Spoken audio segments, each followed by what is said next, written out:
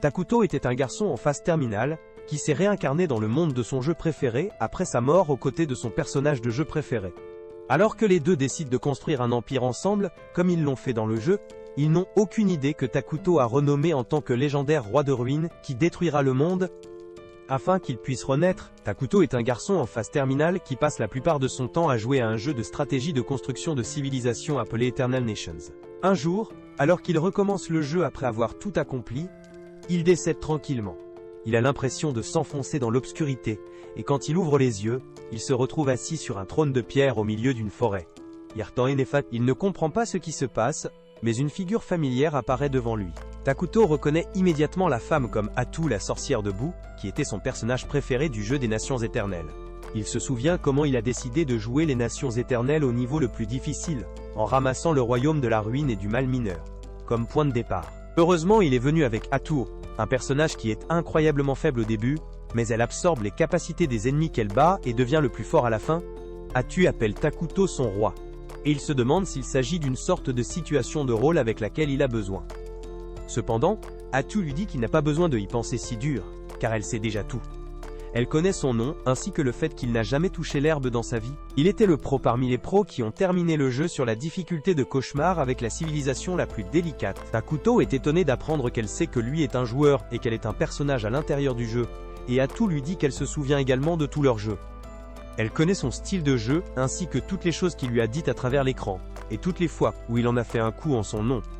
Takuto est incroyablement heureux de réaliser qu'il peut parler à son personnage préféré face à face, et Atu dit qu'elle est encore plus heureuse. Il lui demande alors si c'est le paradis, et si elle l'a convoqué à cet endroit, mais Atu lui dit qu'elle a également été convoquée à cet endroit. Quant à l'emplacement, elle sent que c'est comme le monde des Nations Éternelles. Elle s'agenouille ensuite rapidement devant Takuto, et tient sa main en disant que comme ils sont ici ensemble, peu importe le genre d'endroit où c'est, elle dit qu'ils devraient à nouveau faire équipe et construire une civilisation juste pour les deux. Takuto ne sait même pas quoi dire alors qu'Atu le tire de son trône en lui disant qu'ils ont conquis le monde plusieurs fois dans le passé, et qu'il devrait considérer cela comme une chance pour un tout nouveau début. Takuto aime l'idée et il demande à Atu de le servir à former une civilisation glorieuse, et elle est avec plaisir. Elle fait ensuite semblant d'être une sorcière badass, et lui promet officiellement sa loyauté, mais les deux sont gênés par ses dialogues au niveau grincheux. Avec cela, Takuto dit à Atu qu'elle sait déjà quelle est la première chose qu'ils font à Minagura. Elle affirme en disant qu'ils deviendront des fermetures, et masquer leur existence au reste du monde. La prochaine chose que Takuto fait est d'utiliser ses compétences d'urgence, pour produire un bug de taille géante, pour repérer la zone voisine. Takuto et Atu discutent de la façon dont il s'agit de l'une de leurs règles de base, pour cacher complètement leur présence aux autres joueurs en début de jeu, et des éclaireurs comme celui-ci sont utiles, pour recueillir des informations, sans se révéler. Takuto ordonne ensuite au bug de recueillir des informations à partir de l'environnement, et il s'éloigne immédiatement de faire sa mission. L'ATU est surprise parce qu'elle ne s'attendait pas à ce que les choses se passent si bien dans ce monde nouveau et inconnu, et Takuto lui dit qu'il ne peut que partager la vision du bug comme dans le jeu. Il dit ensuite qu'il a dépensé la moitié de son mana pour créer le scout, et que maintenant son meilleur choix est de créer un règlement de départ pour eux. Il souhaite qu'il ait un peu plus de mana pour créer un combattant pour les défendre, mais ce n'est pas possible pour le moment. L'Atu devient un peu déprimée en entendant cela, parce qu'elle est vraiment faible en ce moment et elle ne peut même pas se protéger. Oubliez Takuto. Quoi qu'il en soit, Takuto continue de rechercher la zone à travers les yeux du bug, et il dit qu'il n'y a que de la forêt ici. Atu devient triste parce qu'elle ne peut pas l'aider en ce moment, mais il lui dit que sa présence est assez bonne pour lui, et qu'elle devient vraiment heureuse de l'entendre. À ce moment, le bug tombe sur un groupe d'elfes noirs pauvres et fatigués. L'ATU dit que c'est une bonne nouvelle pour eux, parce que les elfes sombres sont une espèce neutre, bien qu'elle penche un peu vers le côté du mal neutre, et que leur royaume est également un mal neutre discret. Cependant, cette nouvelle s'inquiète de Takuto, qui commence à se demander si c'est vraiment le monde des Nations Éternelles. Il commence à penser que s'il y a une autre civilisation à proximité, son royaume sera certainement détruit en ce moment, mais Atu lui dit que s'ils sont en danger, ils s'enfuiront ensemble. Takuto lui dit qu'elle ne pouvait pas être plus juste, et il décide de garder un œil sur les elfes sombres, tout en repérant la région un peu plus pour le moment. Pendant qu'ils font leurs chants et leurs célébrations stupides, un groupe d'elfes noirs y arrive soudainement. Ils sont aussi choqués de voir Takuto et Atu qu'ils sont choqués de les voir, et Atu décide de mettre sa vie en jeu si son maître est en danger. Il s'avère que le chef des elfes noirs, Jia, était en mission pour trouver de la nourriture pour son peuple trop fatigué, et afin de bouger, son assistant lui a dit qu'il ne devrait pas être dans cette forêt parce que les légendes disent que quelque chose d'incroyablement mal est scellé dans cet endroit. Mais Jia lui a dit qu'il ne pouvait pas reculer juste à cause de cela, parce que son peuple a besoin de lui. Tout comme il le pensait, il s'est soudainement retrouvé face à face, avec Atu et Takuto, qui lui semblaient comme l'avatar du mal. Il est frappé de peur, car il ne peut voir qu'une silhouette noire à la place de Takuto. Maintenant, il est sûr que les histoires sur quelque chose d'incroyablement mal, dans cet endroit, ne sont pas fausses. Il pense que s'il fait une erreur ici, ainsi, il s'agenouille rapidement devant Takuto, et se présente. Ses disciples font de même. Ensuite, Jiya s'excuse auprès de Takuto pour avoir intrusion sur son territoire. Atu commence soudainement à agir comme un gangster, et dit qu'il est bon de voir qu'ils connaissent leur place. Elle lui demande pourquoi les elfes noirs sont venus ici. Jiya commence son histoire à sanglots, pour obtenir une certaine sympathie. Cependant, Atu s'ennuie et lui dit d'arriver au point, effrayant rapidement l'enfer de lui. Il lui dit immédiatement que son clan a été banni par le conseil, et qu'ils sont toujours persécutés. Soudain, Takuto lui demande s'ils ont été confrontés à beaucoup de difficultés. Jiya gèle en panique. Cependant, lorsque l'ATU lui dit de répondre à la question du roi, il explique que leur clan a été puni injustement, et contraint d'entrer dans ces terres maudites pour rester en sécurité. Cependant, leur approvisionnement alimentaire s'est terminé il y a une semaine, et maintenant son peuple est affamé parce qu'ils n'ont pas pu trouver de source de nourriture ici. Jiya commence à réfléchir aux difficultés auxquelles son clan a été confronté quand tout ce qu'il voulait c'était vivre paisiblement. Il se demande si Takuto sera aussi cruel envers eux aussi. Mais à sa grande surprise, Takuto lui jette des pommes, lui disant qu'il devrait les essayer parce qu'ils sont délicieux. Jiya n'a jamais vu de pommes auparavant, et il en doute. Mais ses disciples n'ont pas sa patience, et ils commencent à engloutir les pommes, s'exclamant à quel point ils sont doux. Takuto crée soudainement des poires aussi, et Jiya est complètement stupéfaite. Atu lui demande pourquoi il ne mange pas les fruits que son maître lui a si gracieusement donnés. L'elfe sombre s'incline immédiatement devant Takuto, disant qu'il y a plus de gens dans sa tribu qui sont affamés. Il veut les nourrir, en particulier les enfants, avant lui. Takuto a pitié de lui et commence à invoquer une énorme quantité de nourriture, à l'horreur d'Atu et au choc de Jiya. Les elfes sombres comme lui ont toujours été discriminés parce que les gens croient qu'ils appartiennent au côté obscur, et personne n'a jamais essayé de les aider auparavant. Maintenant il demande à Takuto qui il est exactement, mais Takuto lui dit simplement de porter la nourriture à son peuple. Jiya et ses partisans retournent bientôt dans leur camp avec la nourriture, et tout le monde mange enfin jusqu'à ce qu'il soit plein. Jiya, cependant, refuse de révéler comment il a obtenu la nourriture aux autres elfes. Mais la nuit, alors qu'il est assis seul près du camping, l'aîné du clan arrive. Il remarque que les fruits que Jiya a apportés plus tôt étaient différents de tout ce qu'il a vu dans sa longue vie, et ils étaient plus savoureux que tout autre fruit. Il demande à Jiya d'où il a obtenu ces fruits, et Jiya raconte à l'aîné sa rencontre avec le mal légendaire. L'aîné est choqué, parce que Jiya a rencontré le roi de la ruine, qui est mentionné dans les livres anciens. Il dit que selon ces livres, lorsque le monde devient trop plein, le roi de la ruine apparaîtra et détruira le monde, afin qu'il puisse avoir un nouveau départ. Jiya a l'impression que Takuto correspond à la description du roi de la ruine, mais à vrai dire, il ne pouvait même pas comprendre une seule chose que Takuto a dit. Et il n'a agi que sur des indices qu'il a obtenus du comportement d'Atune. L'aîné n'est pas encore sûr de cette partie, mais il demande à Jiya s'il a donné à Takuto quelque chose en échange de la nourriture. Il dit qu'il n'a rien donné en retour, et l'aîné dit qu'aucun être maléfique ne ferait pitié de quelqu'un, sans obtenir quelque chose en retour. Jiya, cependant, croit que Takuto est un être miséricordieux qui a eu pitié de la souffrance de son peuple, et que cela met en colère l'aîné. Il demande à Jiya comment il peut parler d'un être mauvais avec un tel respect, mais après un peu de débat, il se rend compte que Jiya a fait de son mieux, et a obtenu de la nourriture à son peuple. Après cela, frère Molter déclare qu'il négociera avec le roi sombre en tant qu'elfe le plus sombre le plus haut, et j'espère que leur clan pourra obtenir la vie paisible, dont ils ont toujours rêvé.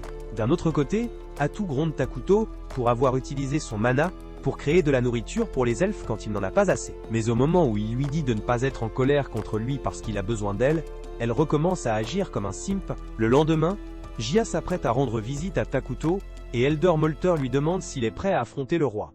Il pense que comme ils ont déjà accepté l'organisme de bienfaisance du Dark King, ils doivent être prêts à payer tout prix qu'il demande en retour. Jiya s'oppose, disant que Takuto n'a jamais rien dit de tel. Mais Molter répond que c'est juste le chemin de la nature pour les mauvais êtres, de demander une compensation en échange de bonnes actions. Ils conviennent cependant qu'ils doivent continuer à compter sur Takuto pour survivre, parce qu'aucun autre endroit n'est sûr pour eux. Les deux décident d'aller à Takuto ensemble, ignorant que son scout d'insectes les ait gardés tout le temps. Takuto rappelle immédiatement le bug pour lui faire rapport, et quand il apprend que les elfes arrivent, il souhaite juste qu'ils prennent le reste de la nourriture qu'il a préparée hier, et partent. Tranquillement, il devient nerveux car il explique qu'il devient nerveux et ne peut pas communiquer correctement, donc il ne sait pas s'il peut négocier avec les elfes sombres. Atu lui dit qu'elle le fera pour lui, et cela montrera également aux elfes noirs que son roi ne parlera même pas à eux. Peu de temps après, Molter et Jiya y arrivent, et le vieil elfe accueille Takuto avec un peu de discussion, le remerciant d'avoir fourni de la nourriture à son peuple. Il demande ensuite s'il peut connaître le nom de la personne qui les a aidés, et en recevant la permission de Takuto, Atu partage son nom, le déclarant comme le roi de la ruine. Les deux elfes sombres sont choqués de faire confirmer leurs craintes. Et puis Atu leur dit de prendre la nourriture et de partir, car cela ne durera pas longtemps de toute façon. Cependant, Molter dit qu'il veut rembourser Takuto pour la gentillesse qu'il leur a montrée, et lui demande ce qu'ils peuvent lui offrir en retour. Atu leur dit simplement qu'ils n'auront rien, qui ne pourra quand même satisfaire son roi, donc ils ne devraient même pas prendre la peine d'essayer. Elle demande aux elfes s'ils ont vraiment quelque chose qu'ils considèrent même précieux, et Molter hésite parce qu'il n'y a plus rien de tel avec eux. Atu lui donne un regard de mort en le voyant hésiter. Molter commence à paniquer lorsqu'on lui a demandé s'il complote quelque chose. Takuto se rend compte que la négociation se déroule très mal maintenant, et appelle soudainement Atu à discuter de leur approche. Elle devient folle parce que Takuto prévoit d'être trop indulgent. Elle lui dit que ces deux perdants ne savent même pas comment négocier, et à ce rythme, ils ne deviendront que des obstacles sur son chemin. Elle suggère de les tuer tous, et de mettre la tête sur des piliers autour de leur base. Mais Takuto lui demande d'arrêter de se transformer en un seul peintre autrichien. Il dit que les elfes veulent juste coexister paisiblement avec lui, et veulent le rembourser pour la même raison. Il suggère qu'il demande aux elfes de payer d'une manière qu'ils peuvent, plutôt que de leur donner de la nourriture gratuitement, car cela gardera leur relation avec les elfes. Atu ne peut pas contester cela, et dit aux elfes que son roi a décidé d'accepter leurs offres. En voyant le soulagement sur le visage de Molter, Takuto et Atu se rendent compte qu'il était très nerveux, parce qu'il considérait Takuto comme l'être maléfique typique. L'ATU le réprimande pour cela, mais se confondent ensuite sur ce qu'il faut demander en échange de la nourriture. Soudain, Takuto a une idée, et lui dit de poser des questions aux elfes sur le monde extérieur. Molter est vraiment heureux d'entendre cela, et jure de dire en détail à Takuto tout ce qu'il a vu et entendu dans le monde extérieur. Atu dit qu'une fois qu'il a fait cela, il est censé quitter immédiatement la forêt avec sa tribu, ce qui choque Jia et Molter. Ils disent qu'ils aimeraient continuer à vivre dans la forêt sous la miséricorde de Takuto.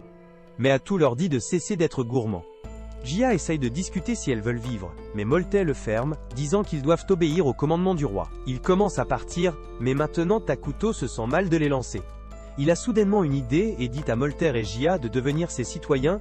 Les deux sont choqués d'entendre cela, mais pas autant qu'Atu, qui demande à Akuro ce qu'il fait. Il lui rappelle le système de réfugiés dans le jeu, ce qui leur permet de prendre différentes espèces en tant que citoyens. Il remarque que comme les elfes noirs sont une espèce neutre, ils s'adapteront facilement à l'attribut maléfique de leur royaume, puis ils pourront coexister avec les autres espèces vivantes dans Jitivan. Leur royaume, l'ATU est toujours douteuse, parce que les espèces avec un mauvais alignement ont tendance à avoir des conflits entre les autres. Mais Takuto lui rappelle que leur principale espèce, appelée homoncule, ressemble à des humains qui ont été démontés et mal remis, et qu'ils ne peuvent pas passer tout leur temps avec eux. L'ATU est immédiatement d'accord avec lui. Dès que l'image effrayante de l'homunculi vient dans son esprit, elle se tourne vers les deux elfes, leur disant que Takuto prévoit de construire un Malondre Réminé, royaume ici bientôt, et il est prêt à les accepter comme ses citoyens, s'ils s'engagent à le servir. Molter est surpris, et demande à Atu ce qui se passera s'ils choisissent de devenir ses citoyens. Elle montre clairement qu'ils deviendront les mauvais êtres mais leur dit que c'est plus amusant qu'ils ne pensent être mauvais. Peu de temps après, Takuto et Atu se dirigent vers la colonie des elfes noirs, où tout le monde est prêt à l'accueillir. Tout le monde est terrifié par lui, et certains des plus faibles s'évanouissent juste en voyant un aperçu de lui. Takuto prend son trône avec Atu à ses côtés, qui dit aux elfes noirs que maintenant ils vont devenir citoyens de leur royaume, Minegra. Elle demande à Takuto une dernière fois s'il en est sûr, et tout comme il donne sa permission, les elfes sont acceptés dans son royaume. L'ATU les félicite, car maintenant leur survie et leur sécurité sont garanties par leur nouveau roi. Jia se demande si c'est tout parce qu'il ne se sent pas différent, même s'il aurait dû devenir un être mauvais. Soudain il regrette ses paroles alors que la haine intense éclate en lui, et les autres elfes pensent aux gens qui ont blessé et persécuté leur genre, et sont remplis de désir de se venger. Les deux elfes normaux avec eux s'inquiètent d'eux, voyant tout le monde souffrir. Takuto demande s'ils vont bien et Jia est ému aux larmes. En réalisant que quelqu'un se soucie de lui et de son peuple, les elfes noirs commencent à applaudir Takuto, des larmes remplissant les yeux. Loki est submergé par cela. Quelques jours plus tard, Takuto reçoit une carte du continent de Molter. Il s'évanouit comme il le voit. Atu lui demande ce qui ne va pas. Il lui dit de regarder la carte, et de voir quelle terrible position de départ ils ont. Ils sont sur un continent où deux civilisations énormes et puissantes sont déjà présentes. L'un d'eux est le Saint Royaume de Qualia, une nation d'humains qui adore le dieu Arlos, et ils sont une civilisation hardcore alignée. D'un autre côté, il y a Elnan, l'alliance des élémentaires, où les elfes qui adorent la nature vivent. Ils sont également alignés sur le bon côté. Atu panique en réalisant que s'ils trouvent leur royaume, ils les effaceront rapidement. Elle s'évanouit avec Takuto, mais ensuite il se calme, disant que tant qu'ils ne sont pas découverts, ils peuvent devenir plus forts. Il dit que dans le jeu, leur principale espèce, Homunculi, est vraiment stupide, donc ils ne peuvent pas faire beaucoup de recherches, mais maintenant qu'ils ont des elfes sombres, les choses devraient s'améliorer sur ce front. Peu de temps après, les elfes noirs lui rendent visite, et cette fois Jia a amené son assistante Emily avec lui. Il dit à Takuto qu'Emily est un nerd intelligent, qui en sait beaucoup sur les autres royaumes, donc elle l'aidera certainement plus qu'ils ne le peuvent. Atu leur dit que le roi est satisfait de leur dévouement, et déclare ensuite qu'ils vont occuper des emplois importants à partir de maintenant, parce que c'est ce que Takuto veut. Tout d'abord, elle attribue à Molte le devoir de superviser les affaires internes du royaume, et dit qu'elle a de grands espoirs pour lui, parce qu'elle a appris qu'il connaissait également la magie. Ensuite elle fait de Jia le guerrier en chef de Minegra, et lui dit de construire une armée forte afin qu'il puisse se défendre. Elle laisse entièrement des soldats de recrutement pour leur armée, et il est excité, disant qu'il tuera tous leurs ennemis et affichera la tête en tant que trophée.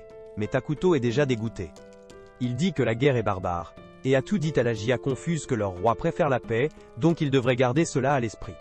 Cela confond encore le guerrier elfe, alors qu'il se demande pourquoi le roi de la ruine aimerait la paix. Eh bien, Multer nargue Jia, puis se lève immédiatement, disant que contrairement à Jia qui n'a que des muscles au lieu du cerveau, il sera plus utile.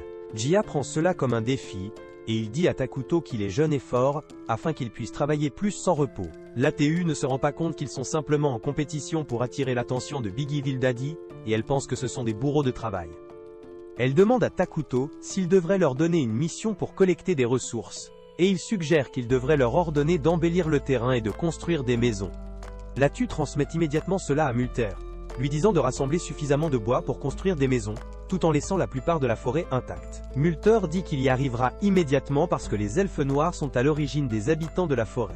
Takuto leur dit ensuite de reboîter les parties qu'ils réduisent, et cela confond les elfes parce qu'ils n'ont pas entendu le terme. Takuto se rend compte que leur civilisation pourrait ne pas être suffisamment avancée pour comprendre le reboisement, alors il leur demande s'ils connaissent la magie militaire ou les 6 principaux éléments.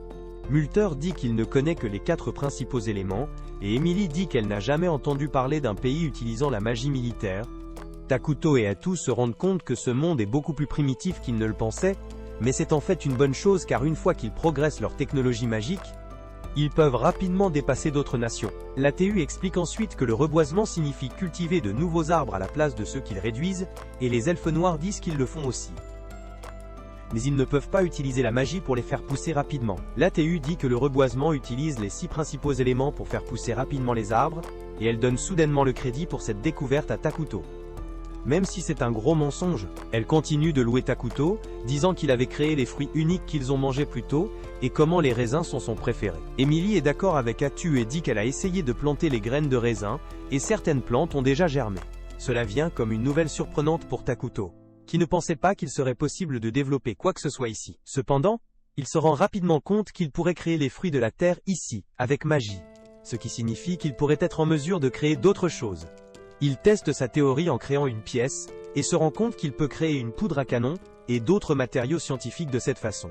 Il peut faire avancer sa civilisation beaucoup plus rapidement que les autres royaumes. Pendant ce temps, dans le Saint Royaume de Qualia, les choses commencent également à remuer. Saintesse Selena mène un groupe de chevaliers au contrefort couvert de neige, pour faire face à des monstres qui menacent les villages voisins. Dès qu'elle voit les gobelins courir vers elle, elle pointe son personnel sur eux, les transformant en cendres avec sa sainte flamme. La sainte flamme disparaît dans les nuages après avoir détruit les monstres, et alors que la lumière du soleil tombe sur le sol brûlé, les fleurs y poussent. Le capitaine du chevalier dit à ses hommes que la capacité de Selena brûle des monstres de nature malheureux, et crée un parterre de fleurs à leur place, et c'est la raison pour laquelle ils ont une relation amicale avec les elfes. Après cela, Selena dit au cardinal qu'il devrait à la place des paladins au sud, car elle avait récemment un présage sur quelque chose de terrible dans la forêt maudite. Le cardinal refuse, affirmant que la forêt maudite se trouve à l'extrémité le plus éloignée du continent, et qu'il a besoin de la permission des supérieurs pour y déployer des paladins. Selena menace d'y aller elle, même s'il ne peut envoyer personne, et bien que le cardinal essaye de riposter, il recule et promet d'envoyer des soldats qu'il peut se mobiliser personnellement. Dans le même temps, Takuto et Atu sont occupés à développer leur territoire, en commençant par la construction de maisons pour les elfes noirs. Une salle du trône temporaire a déjà été construite autour du trône de Takuto, et il est impatient de tenir des réunions et des conférences avec les citoyens importants de son royaume. À ce moment, Multer, Jia et Emily y arrivent. L'ATU leur dit qu'ils devraient immédiatement commencer leur première réunion du conseil. Ils commencent leur première réunion du conseil. Cependant, Emily a un cadeau pour Takuto avant la réunion, c'est une tenue qui le fait ressembler à un fmex. Il est heureux de recevoir la tenue, parce que ses vêtements se salissaient. Il remercie les elfes pour cela. Cependant, les elfes ne voient aucun changement dans son apparence. Mais ils font confiance à l'ATU quand elle leur dit que Takuto a fière allure dans la tenue. Avec cela à l'écart, elle commence la réunion du conseil. Mais Takuto est un fanboying trop occupé sur lui-même. L'ATU décide de continuer la réunion sans lui, et de le consulter chaque fois qu'ils ont besoin de sa contribution. Takuto est tout à fait d'accord avec cette suggestion. Au début de la réunion, Multer demande à Atu quel type de bâtiment il devrait construire en premier. Elle lui dit qu'il devrait commencer par des installations de production alimentaire. Ensuite, elle sort une plante à l'air effrayant, qui sera leur principale source de nourriture pour l'instant. Les elfes sont dégustés en voyant la plante, et demandaient à l'Atu d'expliquer exactement ce que c'est. Elle leur dit que c'est la plante de chair, qui est unique à leur civilisation. Elle explique qu'ils rechercheront la technologie magique et que la plante a le goût de la chair humaine. C'est aussi assez nutritif. Les elfes sont surpris en entendant cela, ils disent qu'ils ne mangent pas vraiment des humains, mais Atu leur dit que la plante de chair est juste pour la phase de départ, et bientôt, ils auront d'autres types de nourriture à leur disposition. Elle dit ensuite qu'ils doivent également créer des entrepôts et des hangars de gestion avec les fermes. Emily décide de prendre ce travail. Après cela, l'ATU passe à l'élément suivant de son agenda, qui est des recherches car l'acquisition de technologies de pointe est particulièrement importante. Pour les petites nations comme la leur, Multer lui demande sur quel type de technologie il devrait se concentrer. Elle lui dit qu'ils rechercheront la technologie magique. Takuto est vraiment excité de voir cela se produire. Multer dit qu'en tant que mage, il fera de son mieux pour l'impressionner. Il demande ensuite à Atu quel type de technologie magique il devrait rechercher. Elle lui parle de la magie militaire. Elle explique que la magie d'attaque standard ne peut cibler qu'une poignée de personnes à la fois, mais la magie militaire avancée peut détruire des villes entières, et même changer le terrain à leur avantage. L'Atu lui dit de rassembler les elfes talentueux dans la magie, et de commencer à travailler immédiatement sur la recherche. Multer est excité de créer des sorts magiques, qui n'existent pas encore dans ce monde. Ensuite, l'ATU passe au sujet de leur stratégie militaire. Jia est excité parce que c'est à son tour maintenant. Cependant, Takuto lui dit immédiatement qu'ils n'investiront pas trop dans l'armée en ce moment. L'ATU ajoute que les armées sont coûteuses à maintenir, mais elles ne produisent rien en retour en période de paix. Jia soutient qu'ils n'ont pas assez de force pour protéger leur roi actuellement, et donc, ils devraient accorder plus d'attention à leurs militaires. Multer ajoute également que lui et Jia ont des primes sur leur tête en tant que chef des elfes noirs, et leurs ennemis pourraient attaquer le royaume. Takuto comprend leurs préoccupations, et décide de créer un héros pour les défendre à la place. Otto est d'accord, disant que la création d'un héros coûte cher, mais ils n'ont pas besoin de maintenance, ils sont donc parfaits pour leurs besoins actuels. Les elfes ne savent pas ce qu'est un héros, et Atu leur dit que les héros sont des êtres incroyablement forts qui servent directement sous le roi. Il y a des conditions pour invoquer différents héros, mais elle est convaincue qu'ils peuvent invoquer le premier très bientôt, et Takuto en est excité. Il réfléchit à la façon dont ils ont besoin de mana pour faire la plupart des choses dans ce monde, et un royaume ne peut que collecter le mana de son peuple. Plus les gens sont heureux, plus ils peuvent collecter de mana. Takuto est déterminé à faire de son royaume l'endroit le plus heureux de cette planète. Pendant ce temps, dans le saint royaume de Qualia, un paladin junior nommé Lonia a été sélectionné dans le cadre de l'équipe d'enquête à envoyer à la forêt maudite. Un paladin senior, Virgile, est également avec lui, et sa façon préférée de tuer le temps est d'agacer Lonia, qui est trop droite et formelle. Verdel se plaint qu'ils envoient une équipe d'enquête terriblement petite, qui ne concerne que 2 paladins et quelques mercenaires. Il dit que l'église devrait accorder plus d'attention à la prophétie de Selena. Lonia est d'accord, mais il sait qu'ils ne peuvent pas deviner ce que pensent les supérieurs. Il sait que s'ils réussissent, ils seront considérablement récompensés, mais s'ils échouent, tout le blâme tombera très certainement sur sa tête. De retour à Minera, Takuto inspecte les progrès de sa civilisation. Il se sent nostalgique parce qu'il a vu la phase de départ de sa civilisation des milliers de fois sur un écran jusqu'à présent, mais cette fois il le voit de près. ML lui donne une visite, lui disant que les elfes noirs se spécialisent dans la construction de maisons sur les arbres, mais le rythme de la construction de maisons est lent en ce moment, car ils se concentrent sur les arbres de chair. Les arbres de chair se développent bien, cependant, et les installations de gestion et de stockage ont également été construites. Emily dit ensuite qu'ils ont trouvé une source d'eau douce à proximité, et ils essaient de voir s'ils peuvent en tirer de l'eau. Quant à la recherche magique, Multer et d'autres mages travaillent dur dans le bâtiment de recherche nouvellement formé. Takuto est heureux d'entendre tout cela, et plus encore d'apprendre que les elfes prennent des initiatives, comme trouver des sources d'eau.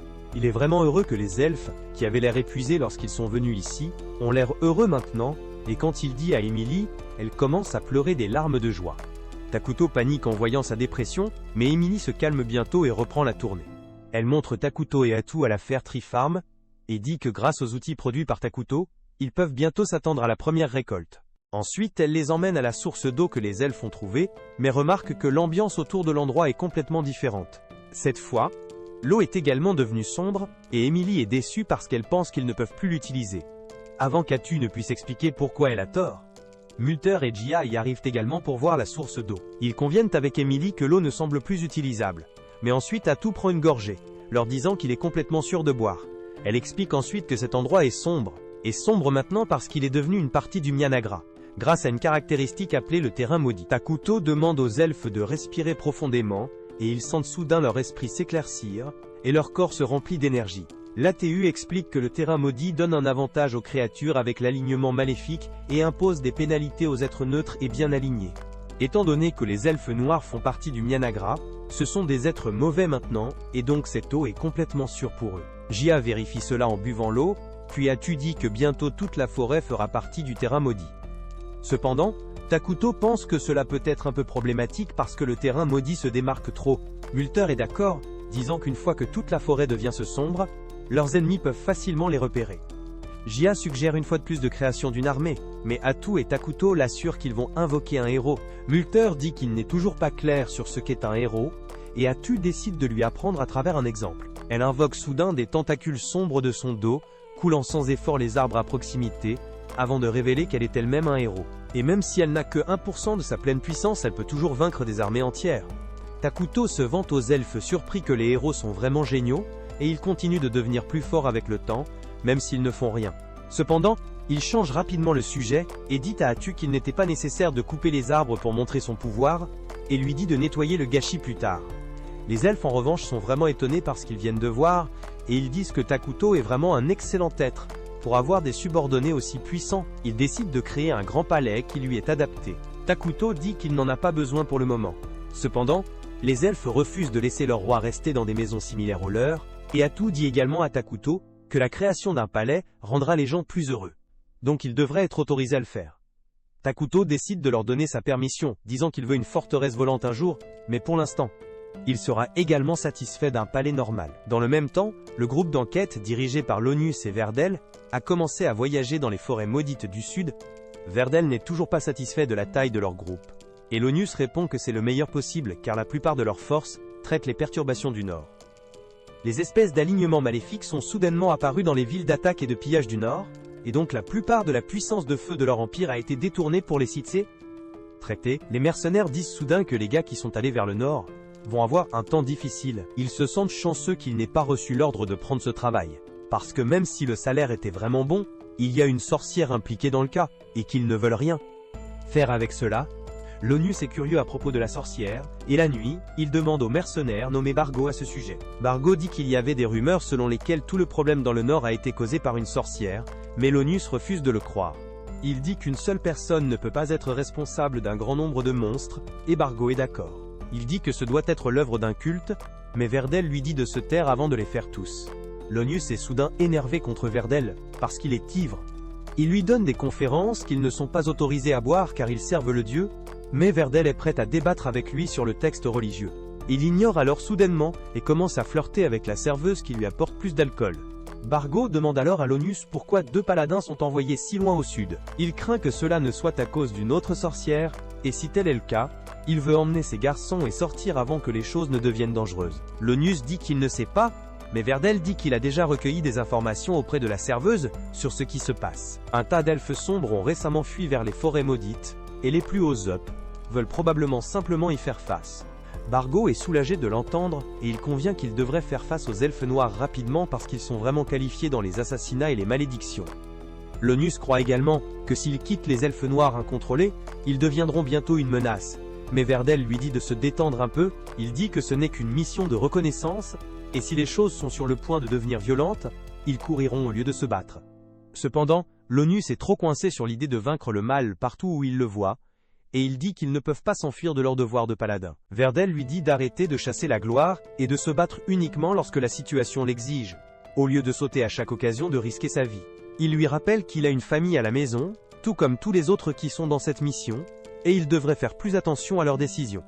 En même temps, à Mineagra, le premier lot de récolte dans les arbres de chair est prêt, et placé au centre d'un énorme autel. Takuto se tient devant la récolte avec tous les elfes noirs, le regardant se demander avec impatience ce qui va se passer maintenant.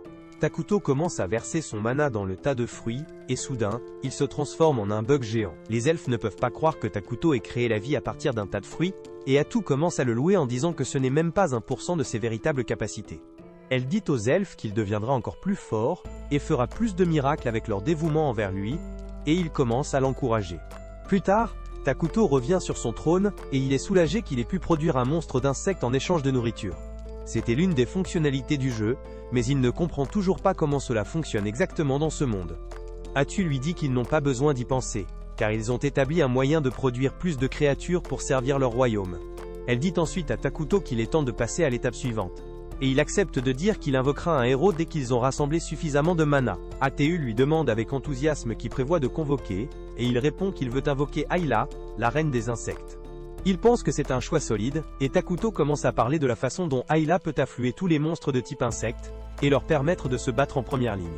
Elle peut également créer des larves, qui peuvent faire du travail subalterne, et donc elle peut soutenir leur royaume sur les deux fronts. Atu est heureux d'avoir réfléchi à ce que Takuto répond qu'Ayla était le seul choix, parce que les autres sont trop dérangés. Atu est d'accord parce qu'elle sait que les autres héros ont besoin d'années de thérapie, et Takuto lui dit qu'il espère les invoquer un jour aussi, mais pas pour le moment. D'un autre côté, Lonius et d'autres ont atteint le continent sombre, et ils trouvent bientôt leur premier adversaire, sous la forme d'un géant de la colline. Lonius commence à commander les mercenaires pour le soutenir, mais Verdel dit qu'il n'y en a pas besoin car il gérera le monstre seul. Il dit qu'ils n'ont pas de temps à perdre, et ce sera plus rapide s'il prend des mesures et que tout le monde ne se met pas sur son chemin.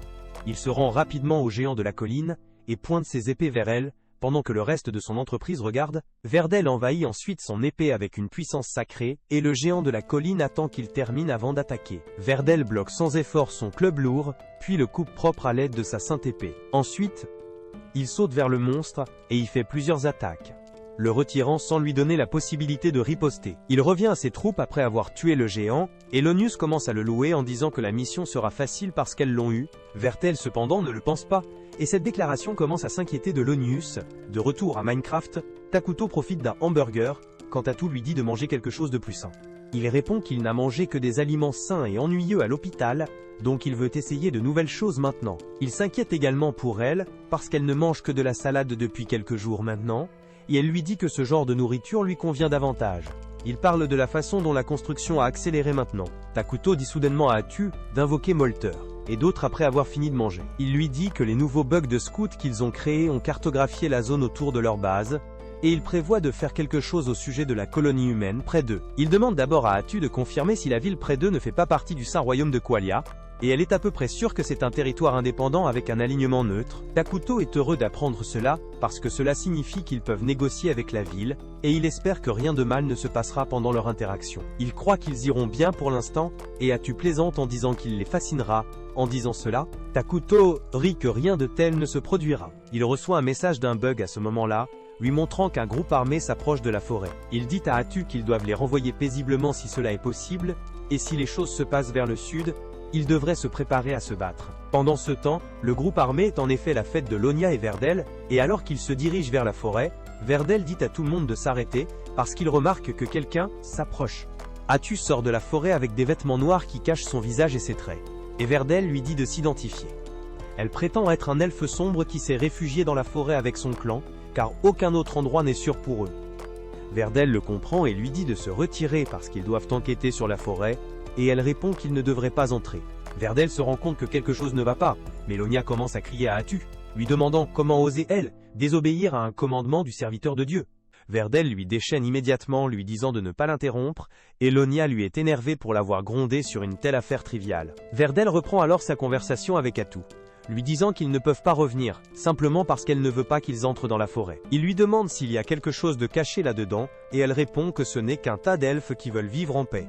Elle lui demande pourquoi il est si obsédé par l'entrée dans cet endroit de Godforsaken, et après un peu de réflexion, Verdel révèle que la Saintesse avait une vision de quelque chose de vraiment mal caché dans cet endroit, et il ne peut pas revenir sans le vérifier de ses propres yeux. Les mercenaires sont choqués parce qu'ils ne le savaient pas, et Lonius lui demande comment pourrait-il révéler des secrets nationaux avec autant de désinvolture. Verdel lui crie à nouveau dessus, disant qu'il y a des moments où les secrets doivent être informés.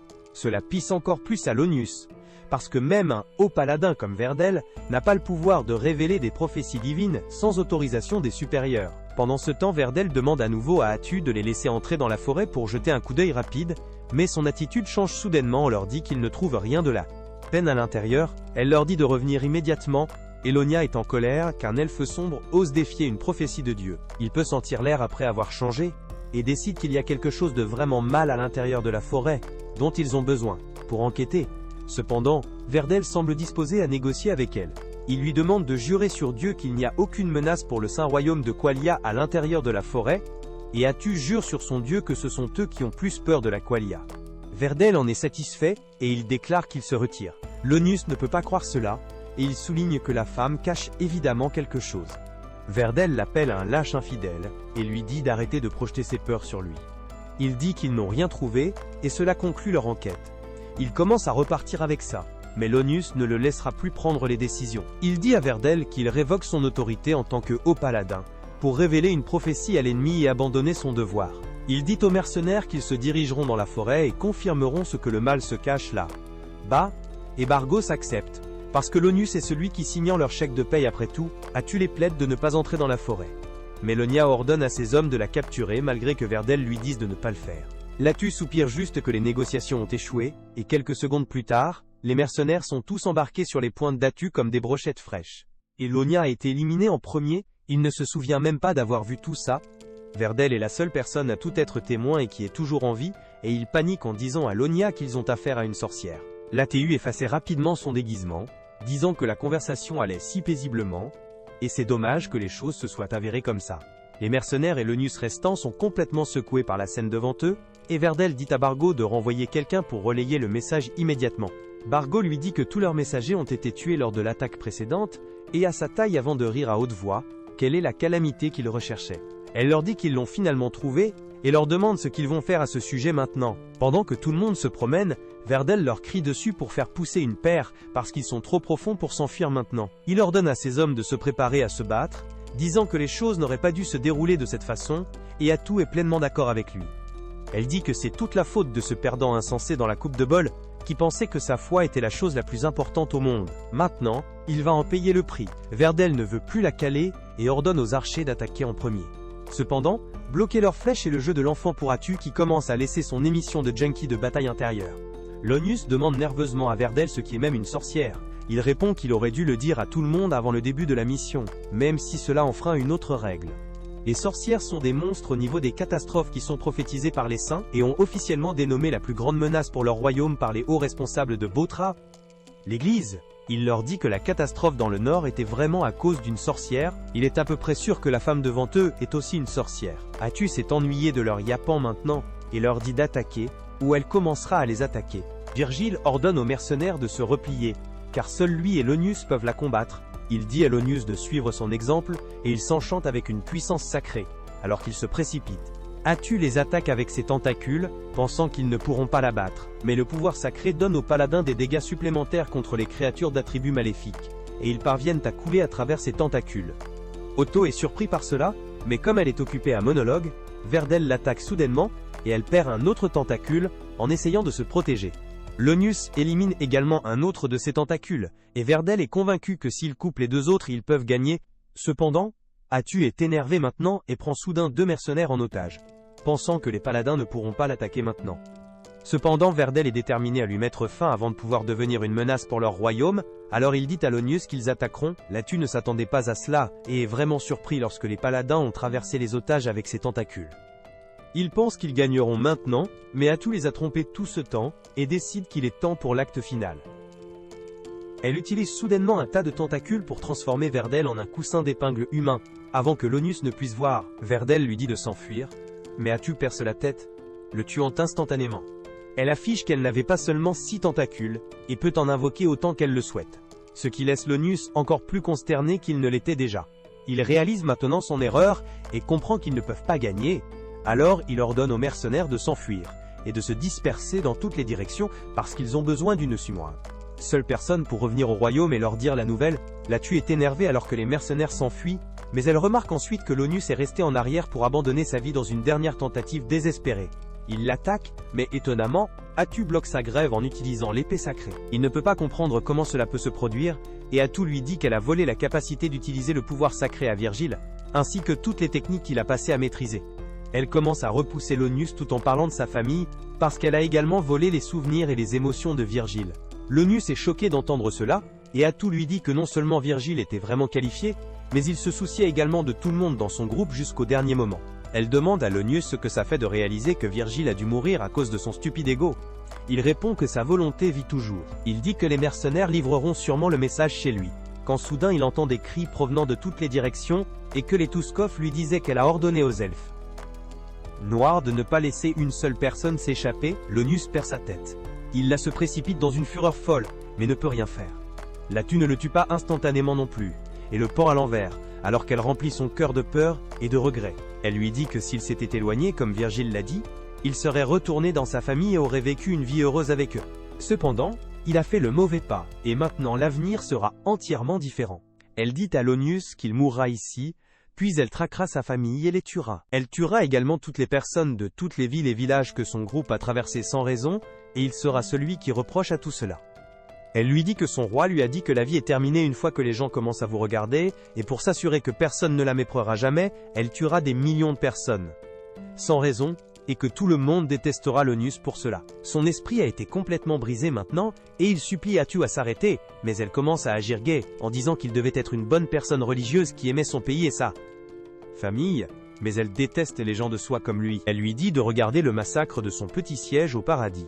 Et l'Onius la supplie à nouveau de s'arrêter. Cette fois, Atu le déchire simplement, mettant fin à sa torture. Bientôt, elle se tient solennellement sur le bord de la falaise en pensant à ses actions et à l'avenir, tandis que la bague de mariage de l'Onius se trouve dans une flaque de sang. À ce moment-là, Jia et certains elfes sombres viennent là en disant à l'Atu qu'ils ont pris soin de tous les mercenaires comme elle les a commandés. Elle leur dit qu'elle est satisfaite de cela et décide de revenir en arrière, leur laissant le nettoyage. Cependant, avant de partir, Jia a une question pour elle. Il lui demande nerveusement si elle prévoit de suivre tout ce qu'elle vient de dire à l'Onius. Elle semble sérieuse un instant avant de retourner à son moi normal et de gai. Elle dit qu'il n'y a aucun moyen qu'elle fasse tout cela parce qu'elle est pacifiste et que l'intimidation de l'Onius pour le plaisir. Elle décide ensuite de se rendre immédiatement à Takuto parce qu'elle a un rapport urgent pour lui. Le rapport est la présence d'une autre sorcière dans le nord. Et c'est un nouveau terme pour les deux, car il n'y avait pas d'unité appelée Witch in the Game. Takuto se rend compte que ce n'est pas exactement le monde du jeu dans ce cas, et Atusa affirme, disant que bien que certaines choses soient les mêmes que le jeu, les autres sont très différents. Cependant, elle est convaincue qu'ils peuvent également utiliser les différences de leur faveur. Takuto ne comprend pas ce qu'elle veut dire, alors elle lui dit que dans ce monde, au lieu d'absorber les capacités des adversaires qu'elle bat, elle peut également absorber une partie de leur mémoire, ce qui va certainement être très utile. Elle dit avec enthousiasme à Takuto qu'elle connaît un peu l'état du royaume de Qualia, déjà grâce aux 2 paladins qu'elle a tués. Elle dit qu'actuellement Qualia est occupée par les perturbations dans le nord, donc ils ne leur prêteront pas beaucoup d'attention, mais avoir toute leur équipe d'enquête anéantira certainement certains drapeaux. Takuto pense que même si Qualia prend des mesures, ils doivent être extrêmement prudents parce qu'ils ne savent pas à quoi ils traitent. Il ne s'inquiète pas pour eux, mais il est assez curieux de la sorcière dans le nord. Il demande à Atusa ce qu'elle sait sur la sorcière des souvenirs des paladins. Et elle répond qu'il n'y a pas d'informations claires. La seule chose dont elle est sûre, c'est que la sorcière a causé des dommages à l'échelle militaire dans le nord. Elle se souvient soudainement qu'elle connaît également le nom de la sorcière. C'est Hirakino, la sorcière de Slurping. Takuto est curieux maintenant, et il pense que si une seule sorcière peut causer des dommages à l'échelle militaire à un pays, elle pourrait être venue dans ce monde de la Terre comme eux. Il croit qu'elle est au même niveau que les unités de héros du jeu, et dit qu'il devrait se méfier de la sorcière, la considérant comme un ennemi potentiel. Atusa dit que la sorcière est définitivement un personnage aligné par mal, et qu'ils peuvent essayer de prendre contact avec elle, mais Takuto tire l'idée, lui rappelant qu'il est rare que les Axater, espèces alignées par mal, soient en bons termes les uns avec les autres. Atusa dit que les choses sont gênantes, mais Takuto lui dit de se détendre, parce que la sorcière est loin d'eux, et même si elle se révèle être leur ennemi, ils ont le temps de s'y préparer. Cela les amène au sujet de l'invocation d'un héros. Et Takuto dit qu'il pourrait avoir besoin de reconsidérer le héros à invoquer. Plus tôt, il avait pensé à invoquer la reine des insectes Ayla, mais maintenant il se demande s'il serait préférable d'invoquer un héros plus axé sur le combat. Parallèlement à cela, il estime qu'ils doivent changer leur stratégie pour traiter avec d'autres pays autour d'eux. Il dit à Atusa qu'il a décidé d'être ami avec le territoire indépendant de leur Orient, car ils auront besoin d'alliés, au cas où Qualia se battait avec eux. Atusa pense que ce sera difficile même si le pays oriental est neutre, mais Takuto pense que tant qu'ils ont quelque chose de précieux à offrir, ils les écouteront. Il dit qu'ils devraient déjà repérer le pays oriental pendant qu'ils acquièrent leur force, et Katusa décide de faire avancer son plan. Pendant ce temps, dans un autre pays, les bêtes luttent contre les monstres maléfiques qui continuent d'attaquer leur ville. L'attaque est dirigée par une vieille mais puissante femme de vache, et juste alors qu'elle finit par éliminer une vague de monstres, une autre vague arrive en lui faisant se demander ce qui se passe à Minera. Hachu part pour effectuer les ordres de Takuto, mais elle s'arrête à mi-chemin, agissant nerveuse car elle dit qu'elle aurait pu passer un peu trop loin avec les paladins. Elle craint que cela n'offense Takuto, qui aime vraiment la paix, mais il lui dit que c'est bien, et rien qu'elle ne peut l'offenser. Pendant un instant, même Atusa voit le roi de Ruine Noire à la place de Takuto. Mais elle recommence à se simplifier, lui disant qu'elle mettra à chaque ordre, mais c'est là que cette vidéo se termine. N'oubliez pas d'aimer et de vous abonner à la chaîne. Merci d'avoir regardé, et je vous verrai la prochaine fois